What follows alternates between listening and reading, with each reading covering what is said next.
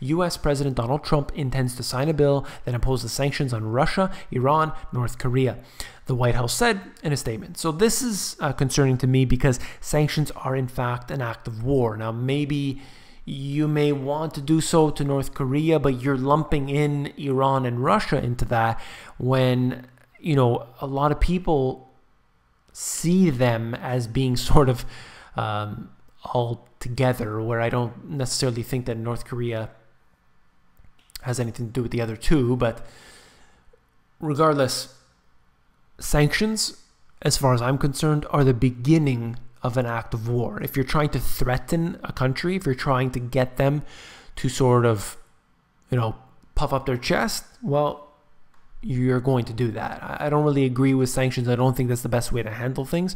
I think that there needs to be diplomacy, and I think that there needs to be smaller government. But what do I know? All right, now speaking of North Korea, I see this all the time. This is not a fact. This is my opinion. This is my observation. Okay, I see these pictures all the time. Okay, every time there's a new missile test, I always look at the pictures and I always just see how weird this is. And it just, to me, again, no evidence, total speculation, just total observation, I should say. This seems so fake to me. I just look at it, everything seems so fake. Everything, from the guy, from his haircut to his suits that he wears, to the clothing they wear, to the fact that we're outside on this mountaintop area, okay? And they have like wooden desks and office chairs and television sets outside. They're outside. It just is this an outdoor office with no? I don't know. I don't know how to explain it, but to me it just seems so fake. Like it's a stage that they set up. They purposely sit there. They say, okay, now hug each other, smile, take a picture. You're cheering. It just seems fake. It seems more fake than other fake propaganda that we've been told. That's enough. All right, quickly. We're looking at Mexico right now. The police officers gripped their assault rifles tightly as they stared at the men filling plastic tanks and loading them onto a dozen pickup trucks in a cornfield in central Mexico. Even though the crime was being committed in front of the team, the officers said it was too dangerous to move in. So we could see they're stealing gasoline there. The drug cartels have such power in Mexico right now. And my opinion on this is that if they made certain drugs legal, you probably wouldn't have the black market for it. That's what you do. When you make something illegal, you create a black market and you allow the drug cartels to expand. But guess what? You, as a drug cartel, head, probably have your hands in the pockets of all of these politicians that allow this to continue. Take the power out of their hands. Stop running the drugs. Stop allowing the drugs to be run in and out of these countries through South America, brought inward through Mexico into the US and all the way into Canada as well.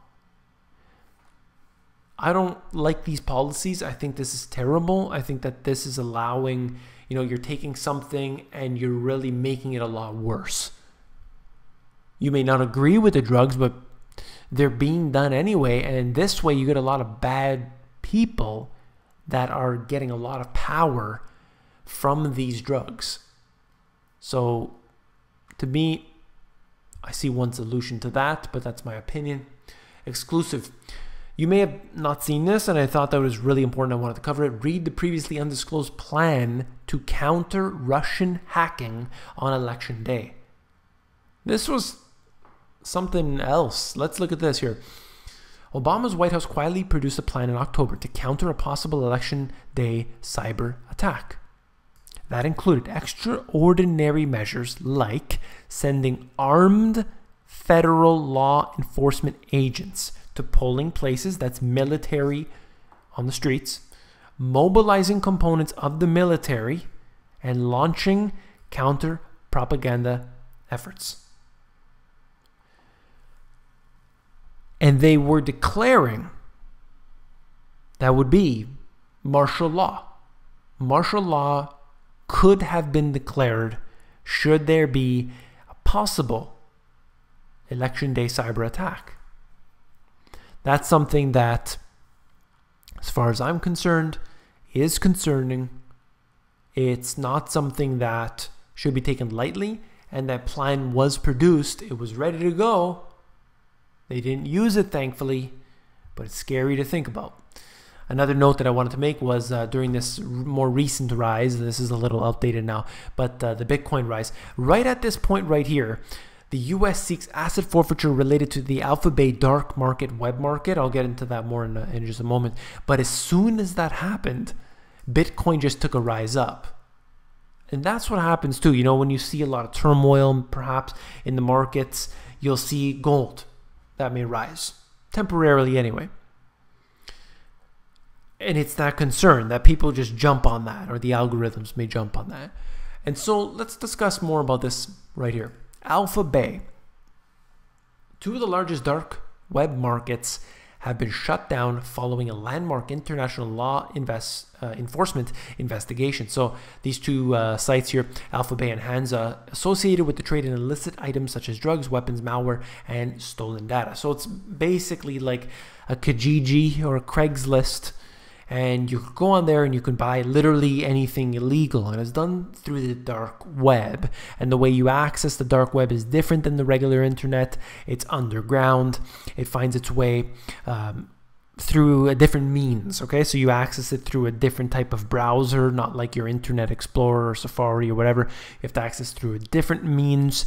You go through there and you're able to get on this market. Now that market was supposed to be secure, supposed to be a way to not have to deal with the scrutiny, with the regulations of the different countries' rules. But unfortunately, that these two have found their way to be basically taken down. Now, I'm not for the sale in this way, like dealing with all of these stolen data and things that innocent people could be hurt by this. Okay, there could be anything sold on here, some disgusting things, let's just say that, and that's not a good thing. So I would like to say that at the same time, however, if you and I want to transact in any means, I'm talking about financial transaction or you know, some sort of items that I want to give you, there really shouldn't be an involvement of a third party. I don't like that. So for example, if you and I, personally, you and I want to trade something, and there's a third person watching us, maybe he wants to know, right? So he wants to know what that is. Well, I just want to deal with you and me. I don't want that other guy looking at it. I don't want that other guy to know how much I paid you. I don't want to know that maybe I bought something, whatever it is. We won't even say it on here because the government's listening. But anyway, let's just say I wanted to buy a phone from you, okay? And the government wants to, you know, if you made profit on that, if you made $1,000 because I bought your iPhone, that you have to claim that on your income taxes and everything else. I mean, that, to me, that's silly. That's so silly. So that's why I think that Bitcoin and other sort of cryptocurrencies and these digital currencies are popular, because a lot of people want to be able to have a way to transact without the knowledge of a third party. Whatever your opinion is on all those, I hope you can see where I'm going with that. The government wants to stick their hands in everything, and people are looking for loopholes around. That's just all I wanted to note, okay? The Brazilian armed forces have begun deploying 10,000 troops in the state of Rio de Janeiro to help fight against organized crime. So there are military on the streets, and this is nothing new. I've seen it myself in Mexico. Look at this. 8,500 were mobilized. I mean, 8,500 troops on the streets, that's big.